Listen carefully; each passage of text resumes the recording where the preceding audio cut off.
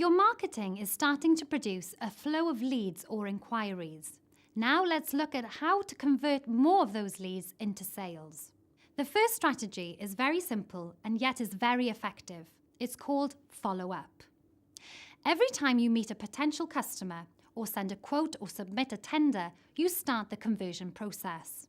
And yet, so many businesses spend a lot of time and money getting a lead, and then, if they don't hear back from the prospective customer, abandon it and move on to the next lead.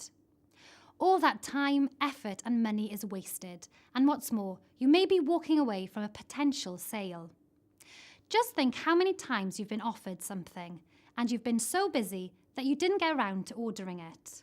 Wouldn't it have been good if somebody had reminded you and helped you complete the purchase? And remember, if you don't follow up, it's highly likely that your competition will. Let me give you some figures. Although you may expect to do business as soon as you get an inquiry or lead, research done in the United States by the National Sales Executive Association indicated that only 2% of sales are made at the first contact. This means that a massive 98% of people are still unsure at that first contact. In fact, the research indicates that only 3% of sales are made on the second contact, 5% of sales are made on the third contact, and 80% of sales are made between the 5th and the 12th contact.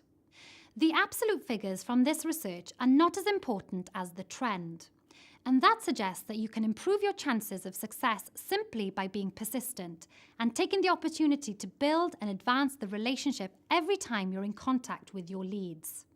Often, the reason people haven't purchased is because they're unsure about the benefits of your product or service. Maybe they don't know how to get the best out of what you offer, or maybe they still aren't sure whether it fits their situation.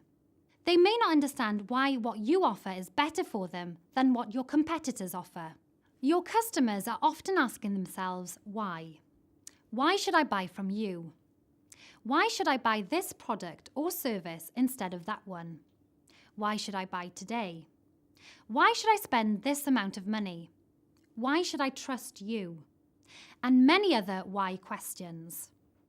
You have to help them by answering these questions and overcoming their concerns, their issues, their fears, and their frustrations. The first thing you can do is listen to your customer. Really pay attention to what they're saying.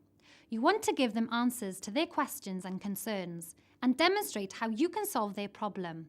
You don't want to keep telling them how good you are and how great your product or service is.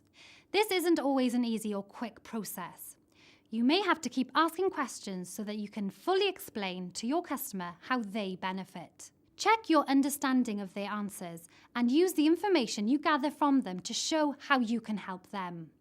Another way to help you to be more customer-focused is to think about the 4 or 5 questions you get asked over and over again. Answer those frequently asked questions.